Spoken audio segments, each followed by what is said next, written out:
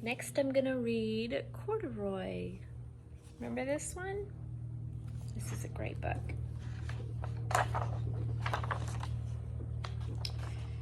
Cuorduroy is a bear who once lived in the toy department of a big store.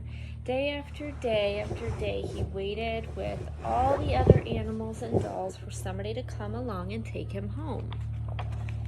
The store was always filled with shoppers buying all sorts of things, but no one ever seemed to want a small bear in green overalls. Then one morning a little girl stopped and looked straight into Cuorduroy's bright eyes. "Oh, Mommy," she said, "look, there's the very bear I've always wanted." "Not today, dear," her mother sighed. "I've spent too much already. Besides, he doesn't look new. He's lost the button to one of his shoulder straps." Cuorduroy watched them sadly as they walked away.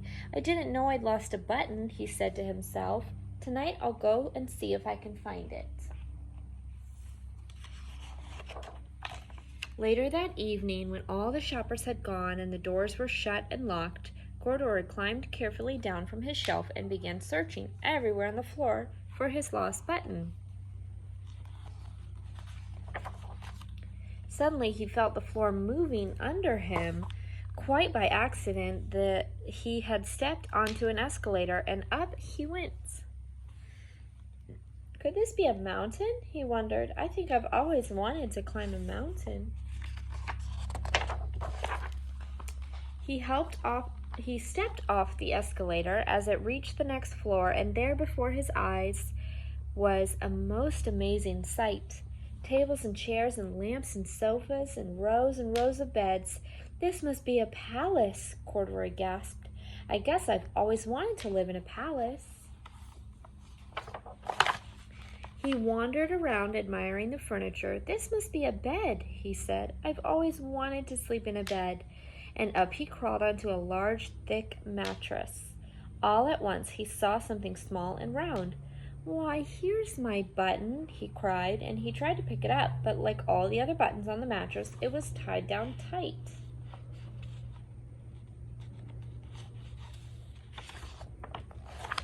He yanked and pulled with both paws until pop, off came the button, and off the mattress Cuorduroy toppled. Bang! It onto the tall floor lamp. Over it fell with a crash.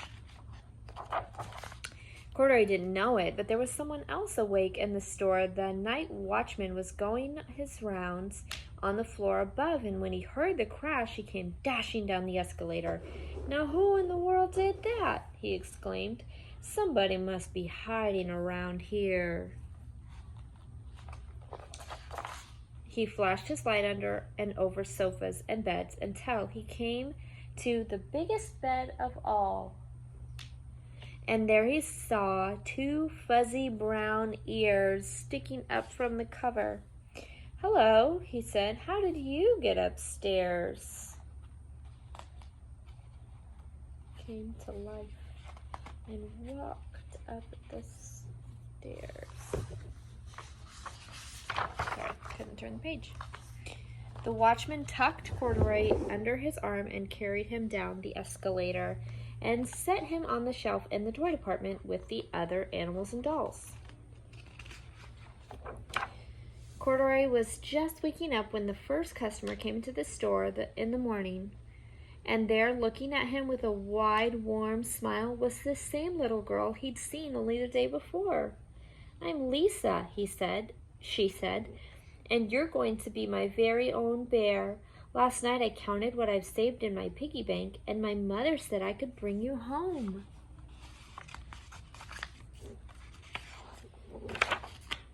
"Shall I put him in a box for you?" the saleslady asked. "Oh, no, thank you," Lisa answered, and she carried Cuorduroy home in her arms.